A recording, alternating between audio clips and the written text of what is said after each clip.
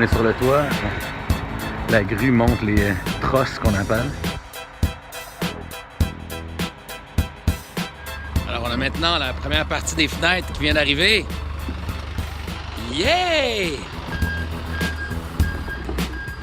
Pendant que j'étais parti, ils ont commencé à installer les fenêtres.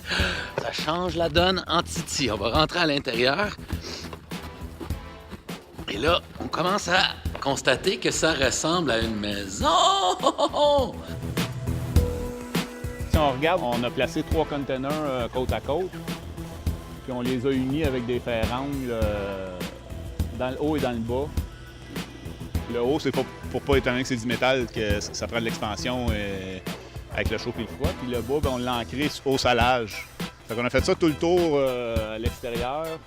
On a à chaque union des containers. Les trosses, on les a fait faire autoportantes. Leur charge est portée à l'avant et à l'arrière pour pas qu'il y ait de poids supplémentaire sur les containers, étant donné qu'on les a éventrés. Là, maintenant, on en est rendu à ce que l'électricien vient d'être branché. On fait l'isolation. Là, ils sont en train de shooter à l'uréthane.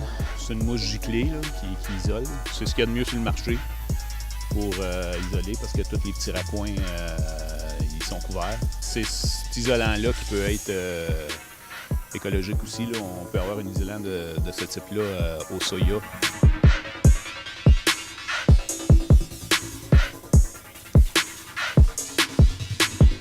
Les prochaines étapes à venir, ça va être plombier et électricien. Le revêtement extérieur va se faire, le J-Block à l'intérieur va s'installer, plâtrage par la suite. Après ça, on tombe dans la finition. Armoire de cuisine, plancher, finition intérieure et voilà. Bon, alors, t'as des petits échantillons dans ta valise? Oui, des gros échantillons. Ah ouais? Tu vas voir, c'est assez lourd. Il y en a pas mal. OK. C'est parti. J'ai fait les choix de matériaux, donc fait des recherches au niveau des matériaux à l'extérieur, pour le revêtement extérieur, que les matériaux à l'intérieur, évidemment, les matériaux de finition et tout ça, parce que ça aussi, ça peut être super différent là, d'une propriété à l'autre, en fonction, évidemment, du budget, en fonction de leur goût aussi. Je préfère cette largeur de planche-là. En partant, moi aussi. Sauf que c'est ça, tu vois, il y a quand même une très bonne différence de prix. Puis celle-là, si on choisit celle-là, elle fonctionne avec tous les autres matériaux quand même. À chaque étape, je leur questionne, voir qu'est-ce qui serait mieux, puis je prends ma décision en conséquence de ce qu'on me dit alentour. Mais le produit final va vraiment être un truc collectif.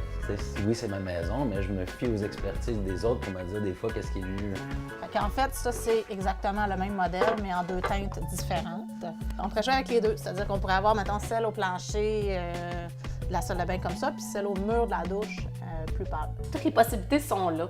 Je peux bâtir une maison de toutes les grandeurs, de tout le nombre d'étages que je veux, de tous les aménagements que je veux. Fait que c'est ça qui va être le fun, en fait, de développer avec chaque acheteur potentiel un aménagement qui va lui convenir à lui. Super! Fait qu'on va noter ça, puis nos choix sont faits. Yeah!